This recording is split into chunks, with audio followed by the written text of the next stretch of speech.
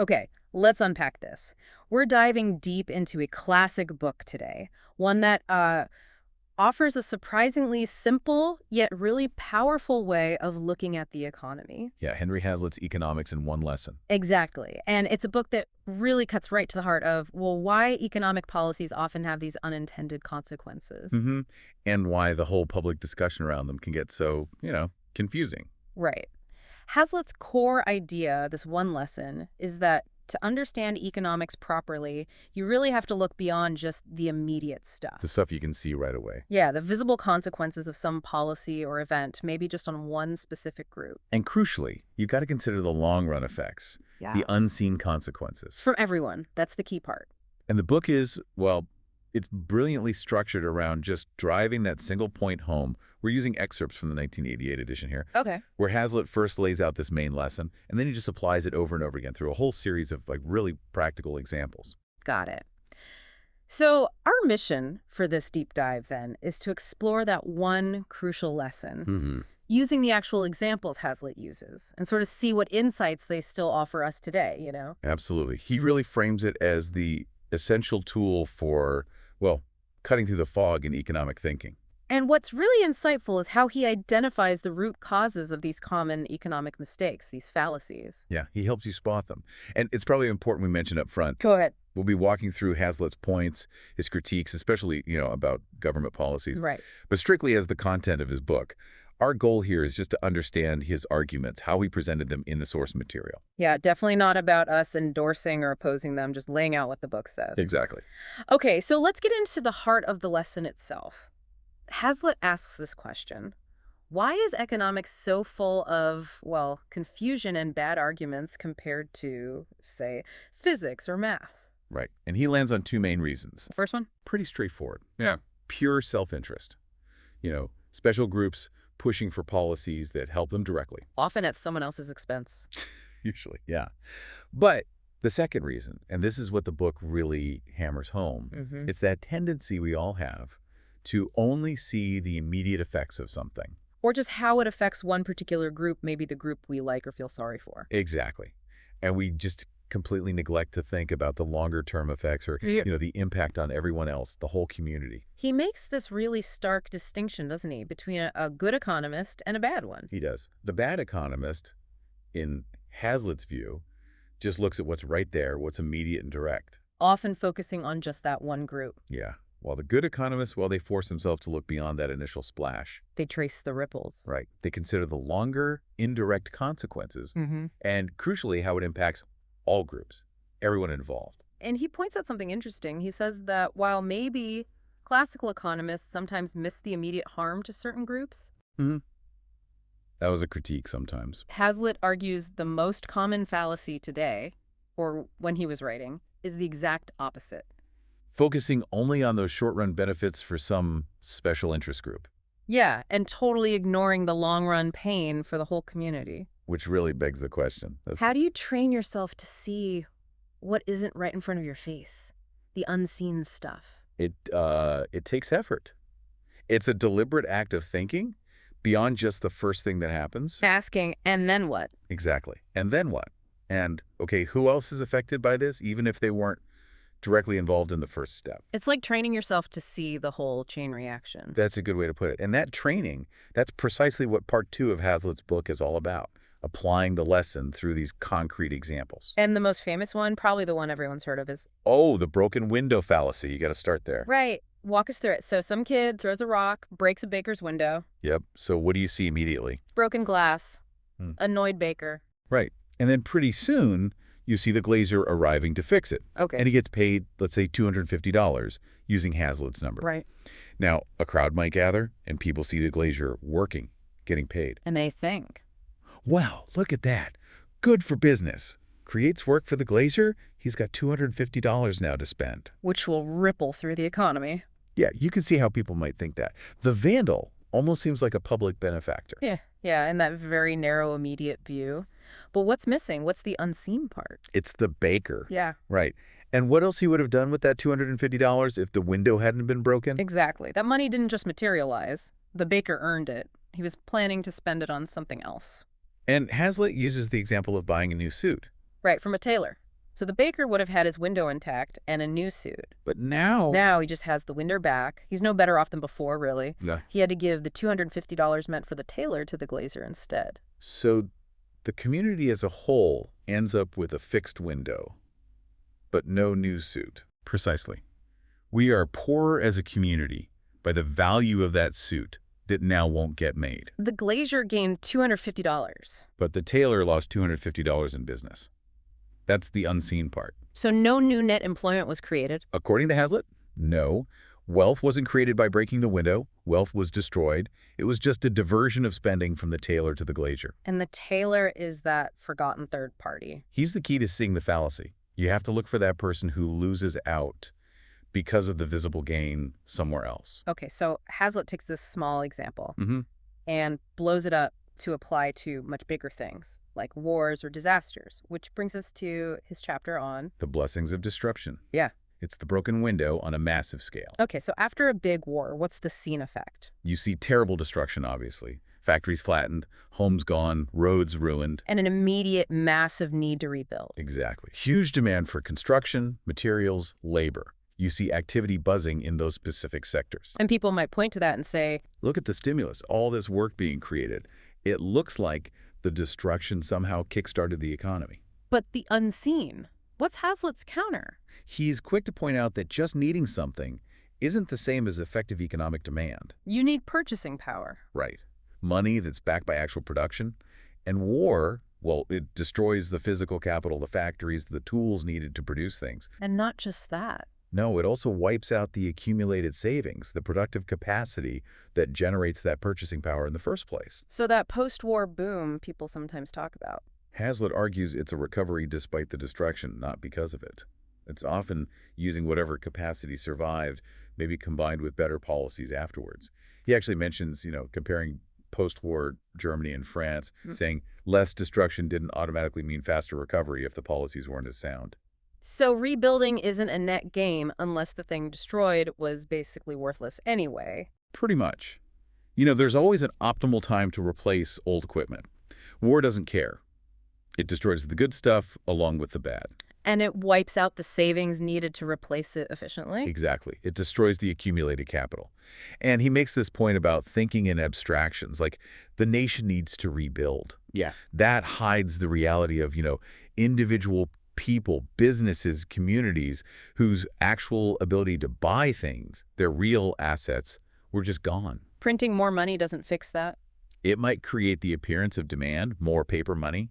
Chasing fewer goods means higher prices, but it doesn't restore the actual stuff, the real capacity for exchange. Okay, so shifting from destruction to deliberate government actions, like building a bridge. Right. His chapter, Public Works Mean Taxes. The scene part is obvious again. Totally. A new bridge, a public housing project, you see the construction crews working, you see the finished thing, looks like progress, government creating jobs. But the unseen cost, where's the catch, according to Hazlitt? Well, the government doesn't just have its own magic pot of money. It has to come from somewhere. Exactly. It has to be paid for, either by taxes we see, or inflation, which Hazlitt calls, a sneakier kind of tax. Yeah. So for every dollar the government spends on that bridge, a dollar is taken from taxpayers. Right. And that dollar would have been spent or invested by those private citizens or businesses on something else. So the government isn't creating jobs out of thin air. It's just moving them. That's his argument. It's a diversion. Jobs are created building the bridge, yes. But unseen, private jobs are destroyed elsewhere. Because people have less money to spend. Yeah. Less money to buy cars or clothes or invest in their own businesses. The bridge builders gain, sure. But the unseen losers are the workers in those other industries. He used the TVA example, right? Yeah, the Tennessee Valley Authority, taxing the whole country to fund projects that make one region look richer. Means other regions are comparatively poorer because their capital was taken. Exactly. You have to try and imagine all the private power plants, the factories, the homes, the consumer goods that weren't made, because that capital was taxed away and spent by the government instead. Which leads naturally to his broader point about taxes themselves. Right. Taxes discourage production. Seen. Government gets money, uses it for public stuff, maybe benefits certain recipients. Yep, unseen. The effect on the people paying the taxes, Mr. A, as Hazlitt calls him, who is always forgotten. How so? Well, high taxes, income tax, corporate taxes, whatever they do, reduce the incentive to work hard, to save, to invest your savings, to take a risk starting a new business. Why bother if a huge chunk gets taxed away? That's the worry. And the long-term effect of that, reduced incentive. What does Hazlitt say? He argues it slows down the creation of new private jobs. It stifles innovation, so consumers end up with fewer or worse or more expensive products than they would have otherwise. And it holds down wages. Real wages, yeah. Because real wages ultimately depend on rising productivity, which comes from investment in better tools and machines. And high taxes discourage that investment, that capital accumulation. That's the core argument. He even says that once the total tax burden gets high enough, it's basically impossible to design taxes that don't seriously discourage production. Okay, let's move to when the government steps in to help specific industries. Right. Government credit or saving sick industries. What you see is pretty clear. Yeah, you see a particular company, maybe in your town, or a whole sector getting a government loan or a subsidy or maybe tariff protection. It looks like the government is swooping in to save the day, save jobs. Seems like it. But the unseen consequences. Same pattern, right? The money isn't free. Exactly. Government loans or aid, it all comes from taxpayers eventually, or from credit expansion, which is inflationary. It diverts capital. And Hazlitt argues the government isn't great at picking winners. He contends they're likely less efficient than the private market. Why? Because government decisions are often swayed by politics, not purely by economic potential. So resources get wasted. More resources get wasted, yeah. Capital and labor get directed to less productive uses than where the market would have sent them. Overall production is lower. So propping up that one struggling industry, Industry X, as he calls it. It isn't a net gain. Yeah. According to the book, no. To save Industry X with a subsidy or tariff, you're taking resources. Through taxes or higher prices for consumers. Or diverting investment capital away from other more efficient industries. Industries A, B, and C that were doing just fine, or could have grown faster. So you make the whole economy less efficient. You lower the average living standard, that's the argument. He really hits on that wealth through scarcity fallacy here. Explain that again. It might benefit one group, say widget makers, if they can restrict the supply of widgets and keep prices high, assuming everything else is abundant. But if everyone tries to do that, It's economic suicide. If every industry tries to create wealth by producing less, the whole society gets poorer. It's privately beneficial for one group maybe, but publicly disastrous. private lenders face market discipline, government officials, maybe less so. That's his point. Taxing the productive to subsidize the unproductive, in his view, just shrinks the overall pie in the long run. Okay, another big one. The fear of technology. Machines taking jobs. Ah, yes. The curse of machinery. Ah. A classic fear. The scene effect is obvious and sometimes painful. Absolutely. A new machine comes in, and maybe some workers doing that specific task are no longer needed right there, right then. And unions might push for rules to slow it down or keep people employed anyway. Yeah, make work rules, feather bedding, based on this idea that there's only a fixed amount of work to go around. But what's the longer, unseen story that Hazlitt tells? Well, first, someone has to build the machines right. That creates jobs. Okay, sure. But more importantly, machines mean higher productivity, lower costs to make things. Which should mean lower prices for consumers. Exactly. And when prices fall, consumers have more money left over. What do they do with it? Spend it on other things. Right, which creates demand and therefore jobs in those other industries. Yeah. Or the company that bought the machine makes higher profits. Which they can reinvest. Reinvest in expanding the business, maybe hiring different kinds of workers.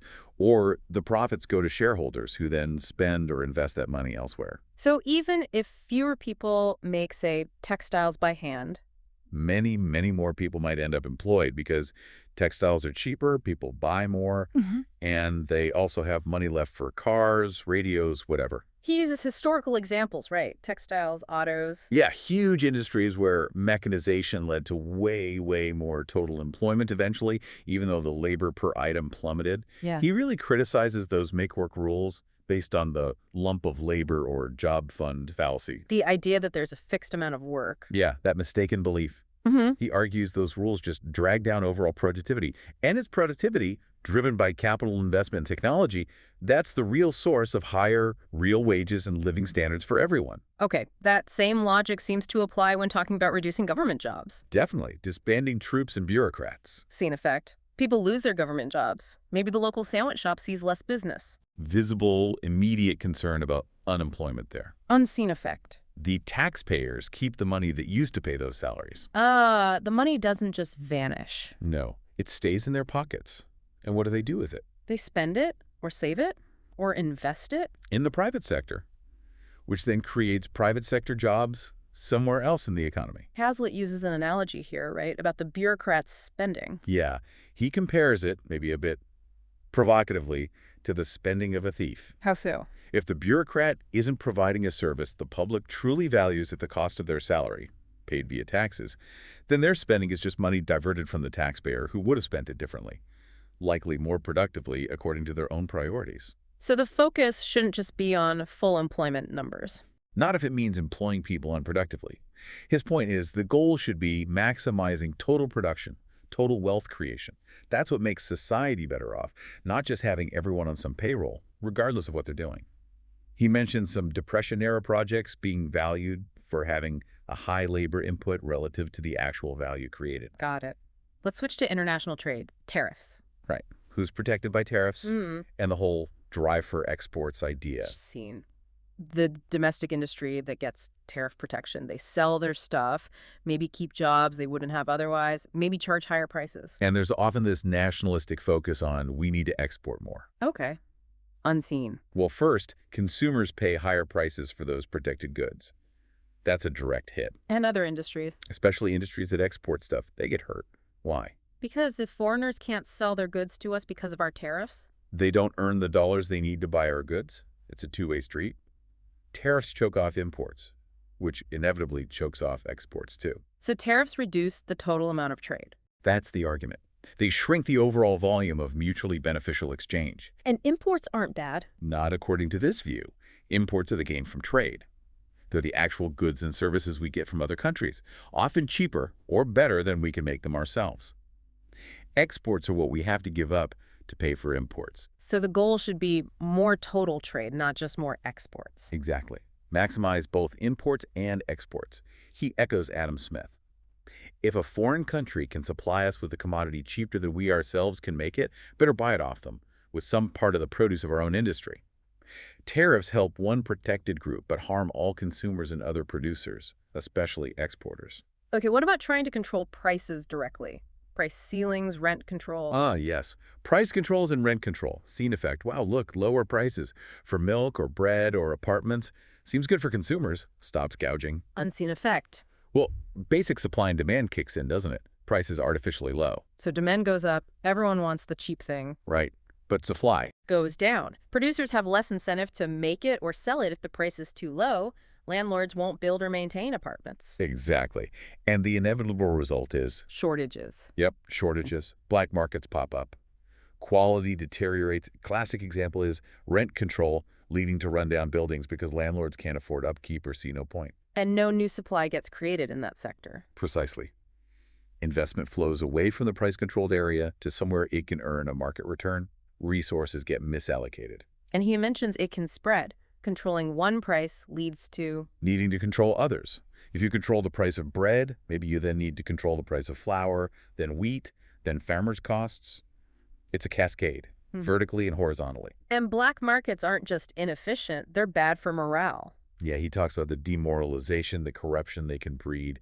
And with rent control, there's this weird political trap. Which is? The longer it goes on, and the more the controlled rent falls behind the market rent, the harder it is to get rid of it. Because the shock to current tenants would be huge. So something intended to help tenants ends up hurting the overall housing situation for everyone in the long run. That's the unseen consequence he highlights. Fewer apartments, lower quality, yet people often don't connect the dots back to the control itself. Okay, shifting to wages. Minimum wage laws, unions. Right. Minimum wage laws, and do unions really raise wages? Scene effect. Some workers get a raise because the law says so, or because their union negotiated it.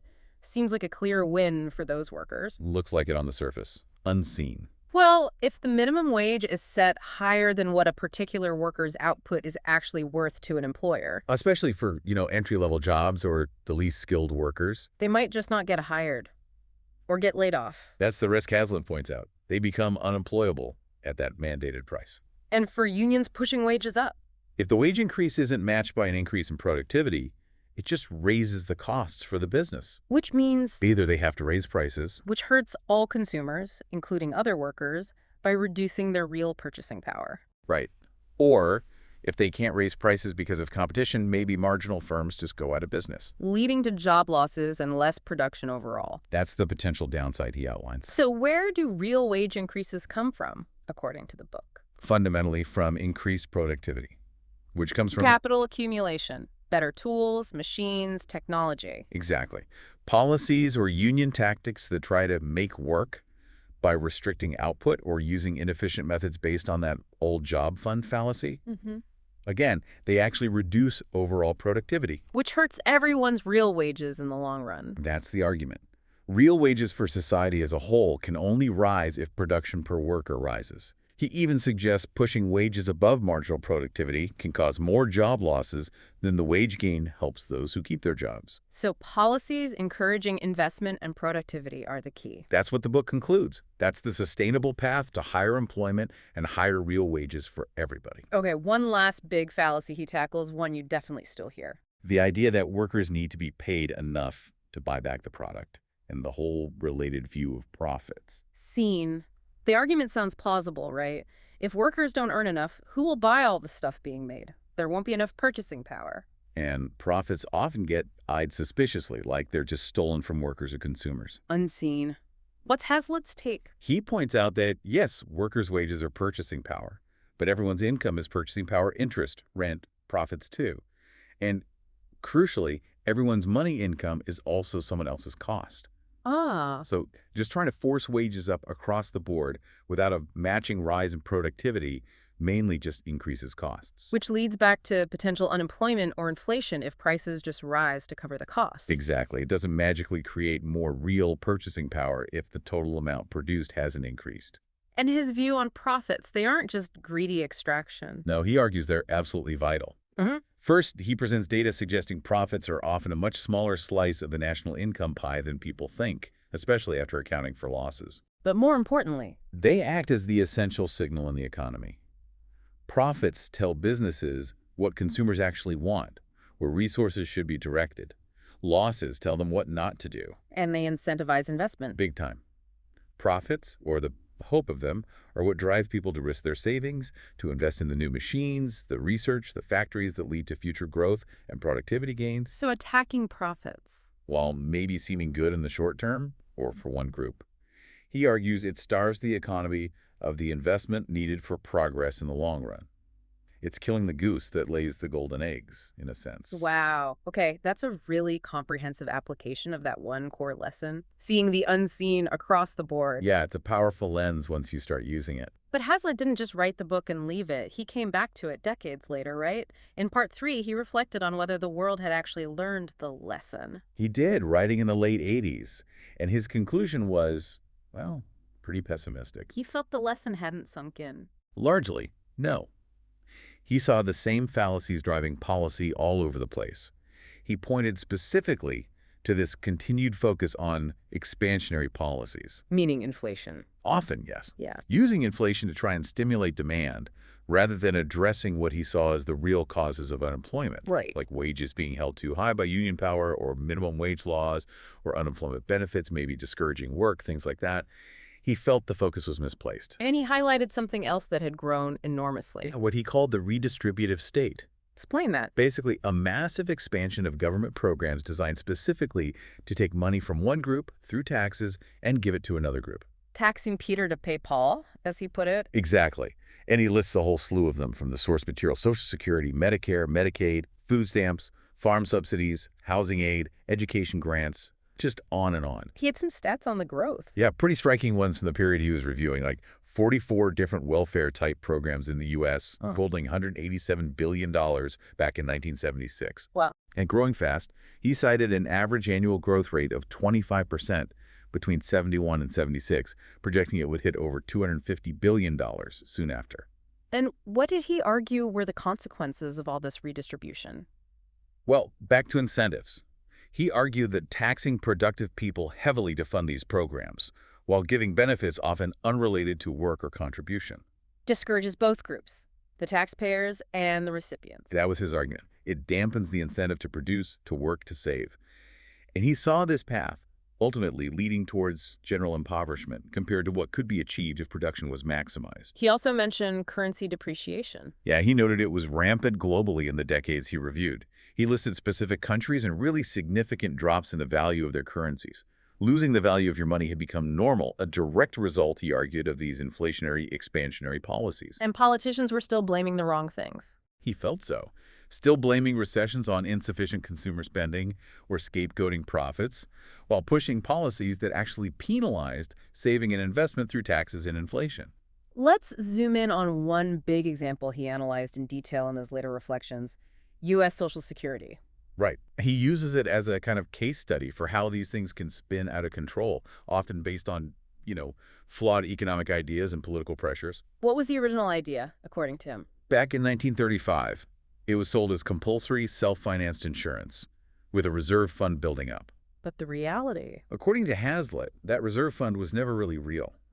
The government spent the money as it came in. And by 1975, benefits being paid out started exceeding the taxes coming in. And then the politics kicked in. Big time. He details how benefits kept getting increased again and again, often conveniently right before elections. Well, the taxes to pay for it. Skyrocketed. Yeah. Both the tax rate and the amount of salary subject to the tax just kept climbing dramatically. He gives the numbers. What were they again? The combined employer-employee rate went from 4.4% on the first $1,600 of income in 65 up to 11.7% on the first $16,500 by 77. That's a huge jump. Yeah. He calculated the total tax bite had increased by something like 572% between 1960 and 1977. And the long-term financial picture looked Bleak. He pointed to massive unfunded liabilities promises made without the money set aside, estimated at $4.1 trillion, even back in early 1977. So his point was it wasn't really insurance anymore. No, he argued it behaved more like this weird relief system, where paradoxically the highest earners often got the biggest dollar benefits. And it became politically sacred. Untouchable. Yeah, making rational reform almost impossible. He saw it as a symbol of these government schemes that start with a narrow, visible benefit, but then expand relentlessly due to short-sighted politics, creating huge, unseen future burdens. Okay, so let's bring it all back home. In Chapter XFE, Hazlitt restates that core lesson one last time. He does. Economics isn't just about the first thing you see, the effect on one group right now. It's a science of tracing the secondary consequences. The general consequences. Yeah. Looking at how things affect the general interest. Everyone in the long run. Seeing the whole problem, the whole picture, not just one little piece. Right. And he uses analogies to drive it home.